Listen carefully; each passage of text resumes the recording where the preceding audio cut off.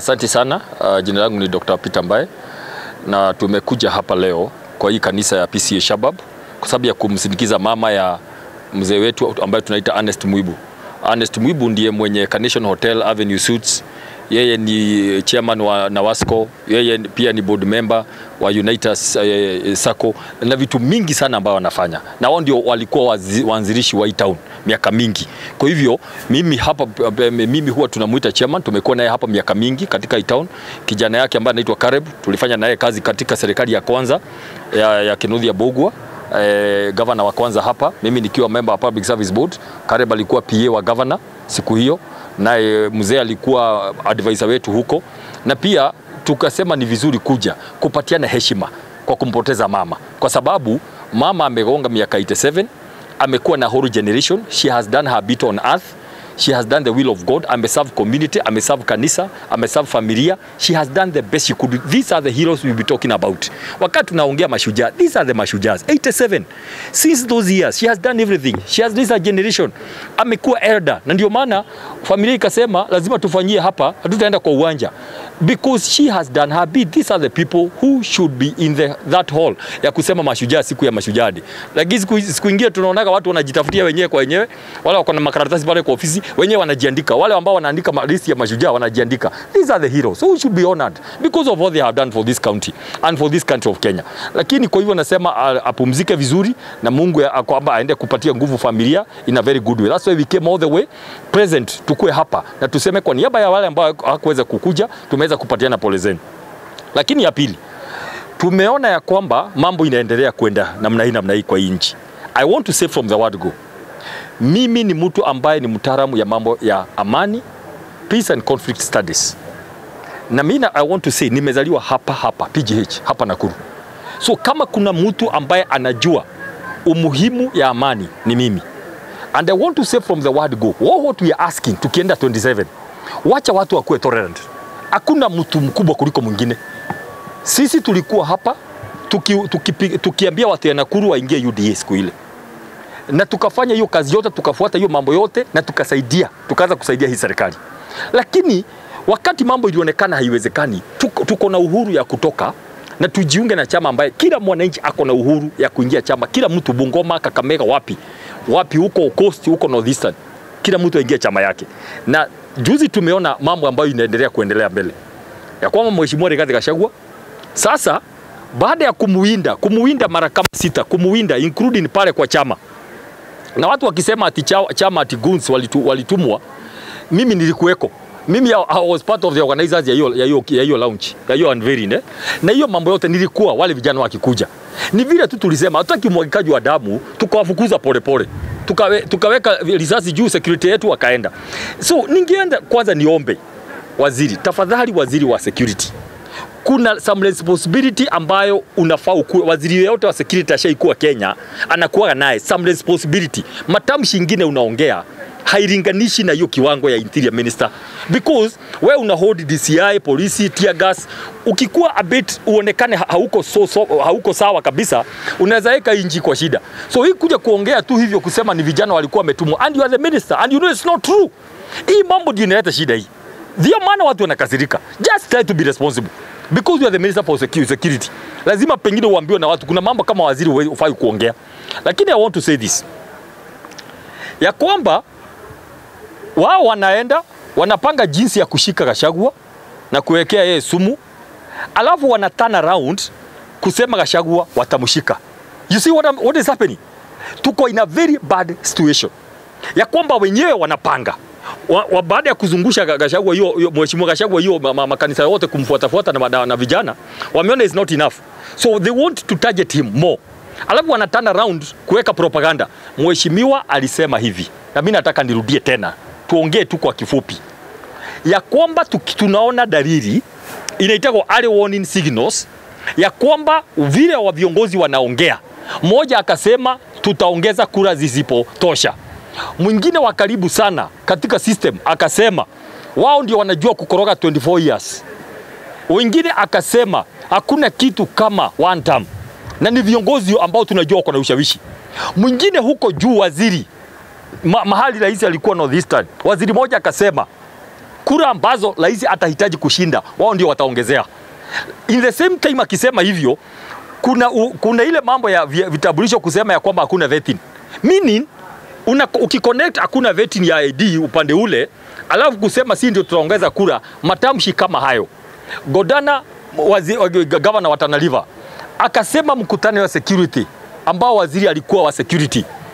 Godana mheshimiwa akasema ya kwamba watu wametoka Somalia. Yeye akasema watu ya kutoka Somalia wamekuja Kenya huko Tana River na wakapatiwa location na wakapatiwa chief wa kutoka Somalia ako huko. Si mimi ninasema, governor alisema. Wakati waziri alisimama alikuwa so livid, alikasirika sana. Alimwambia wewe ndio maana unashikagwa na nitakuita huko Nairobi ni kudiscipline, kitu kama hiyo. So mambo kama hiyo yote inasemwa. Mheshimiwa Gachagua anasema hivi, ukiona kitu inakaa ni kama kuna dalili, anasema tafadhali don't try. Rais, usijaribu kuinterfere na uchaguzi ya 27 kwa sababu wananchi hawatakubali. That is all. Na hiyo mambo hata Gen Z juzi walisema. Wote walikuwepo, majenzi wote kama 10. Viongozi wao walisimama na wakasema hakuna siku wa Kenya watakubali matokeo ambayo haitakuwa ya Wakenya. That is what mheshimiwa alisema. Alafu baada ya watu kuleta fujo, mheshimiwa alienda on Sunday akaclarify ya kwamba mimi sikusema kutakuwa na vita. Nilisema lazima uchaguzi ukue huru na rais asijaribu kufanya lolote kuinterfere. Akisema kuinterfere akaongelea IBC. Tayari tunajua IBC kuna watu waine state officers ambao wamekuwa nominated, state officers, watu ambao kwa serikali za hii. Hata kama wanasema wataresign, swali ni je, kulikuwa na watu wengine ambao hawako kazi kwa serikali saa hii, kwa nini hawakupatiwa? Hiyo ni moja. Ya pili, wakaweka addendum, ile kitu ya kusema tunaongeza majina. Baada ya kufanya interview wakaongeza ingine, wakaongeza watu 6. Watu 6 walikuwa wasindikize mmoja ambaye anaitwa Hassanul Hassan, akasindikizwa ukweli na akakuwa commissioner. Yeye ako pale. Ukicombine hiyo mambo yote, alafu ingine tunasema katika Kenya tuko na region. Hakuna wakati unaweza patia commissioner wawili region moja na ingine haina. Kuna tukubali, kuna moja wameweka central, of course ni state officer. Kuna ingine ameweka kila mahali, lakini ukambani yote Eastern hakuna commissioner hata moja. If Valley tuko na wawili. So tunaulizana wakati unaongea mambo ya free, fair, credible, verifiable election results, lazima ionekane kuanzia saa hii. Na ndio maana tunaanza kuona kuna dalili. So we are saying tafadhali IBC, already tunawashuku, tuongee ukweli, tunawashuku as we speak.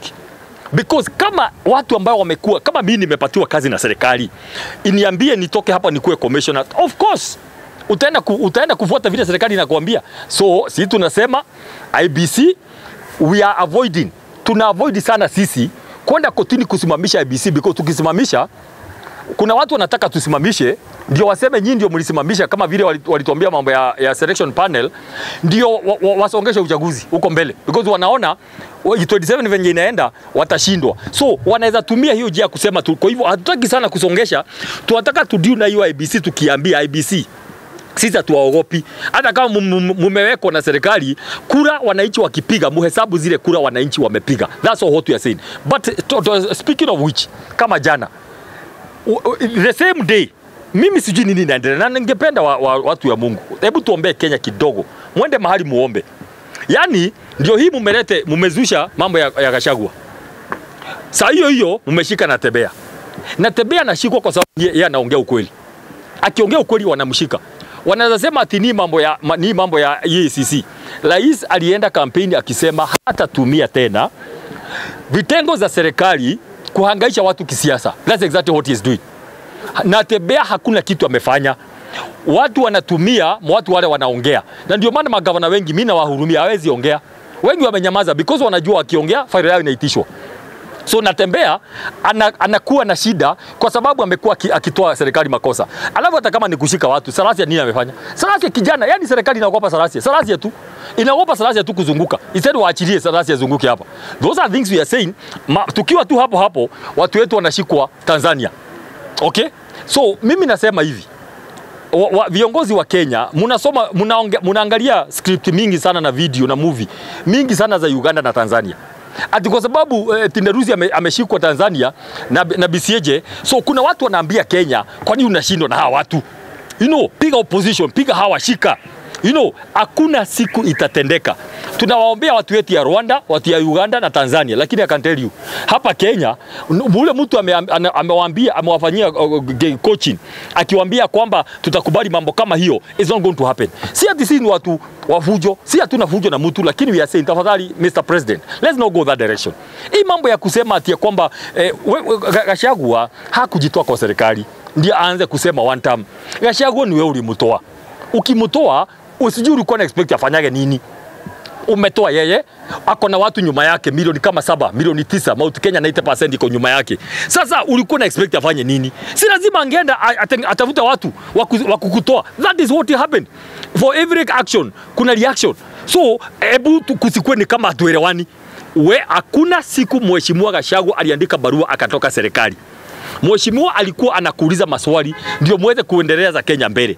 You decided to impeach Gachagua very mercilessly na kwa aibu nyingi sana, national shame, ukamuaibisha.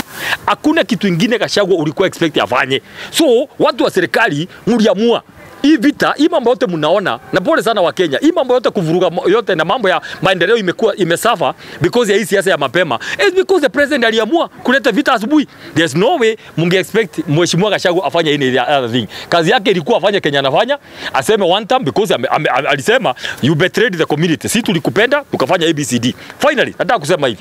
Mimi naishi hapa Nakuru. Na mimi naomba kiti ya Senate hapa Nakuru. Na mimi nataka niseme hivi. Tafadhali watu ya Nakuru, jamii zote zinaishi hapa. All the communities in Kenya, wote, kuanzia Waarabu, kuanzia Wateso, kuanzia Mijikenda, kuanzia wa Somali, kuanzia kila mtu ako hapa. What we are saying is this, tafadhali, wacha serikali isitupiganishe. Wacha serikali isituincite. Wacha si tukae venye tunajua. Watu wamekoma siku hizi. Mimi nitasimama na chama ya DCP kwa mfano. Mimi sitachaguliwa because tu niko na chama ya DCP. Nitachaguliwa kwa sababu watu wa Nakuru wanajua ambaye ni nani. Na watu wanajua msimamo yangu. Na Mheshimiwa Rigathi amesema categorically ya kwamba yeye anaachilia watu wote waende watafute kura. And I want to insist as a member of NEC, kama katibu wa masuala ya mipango na kiuchumi katika chama ya DCP, I want to reiterate msimamo ya Mheshimiwa Rigathi Gachagua. Wacha watu waombe kura. Mimi niko hapo nikiongea mahali naongea na niko ground. Nikiambia watu mimi naitwa Mbahe, niko na capacity, niko na knowledge, niko na exposure, niko na nia na uwezo ya kukuwa senator. Kila mtu azunguke aombe kura. Mheshimiwa amesema mimi watu yote ni yangu. But coming to Nakuru hapa, mimi nasema hivi, kuna jamii zote, Wakisii, Waluhya, Wakalenjin, kila mtu. Sisi tukuja hapa kwa amani. Mtu yote ako na chama aingie ground. Chama yote dunia hii. Chama yote, mtu kuna register wa political parties. Mtu akuje na chama yake. Wacha vyama viende ground, zikuwe popularized. Tukienda huko mbele, mimi nikisimama na chama yangu ikuwe popular nisimame nayo. Hakuna ugomvi. Wacha wengine wajipange kivyao. Wacha wengine wajipange kivyao. Finally Nakuru, kuna vile tutakuja tuseme we want to share the county cake. Tutakaa chini tu share county cake. Lakini nationally, nationally kuna vile tunaendelea. So mimi ningependa watu ya Nakuru, watu wasikuwe na wasiwasi ati chama ni mingi, ati jamii hii haiko na jamii hii kwa chama, hapana. Democracy is very important. Finally watu watakaa chini waamue what will happen. I'm saying this, vyama vyote ziko karibu kufanya kazi. Kila mtu aingie ile chama anataka na asimame na ile chama anataka kusimama nayo. What is important, watu wajue kwamba kando na hiyo mambo yote, amani ni kitu ya maana. Nakuru ni nyumbani, Kenya ni nyumbani, East Africa ni kwetu, Africa ni kwetu na dunia mzima. Asanteni sana.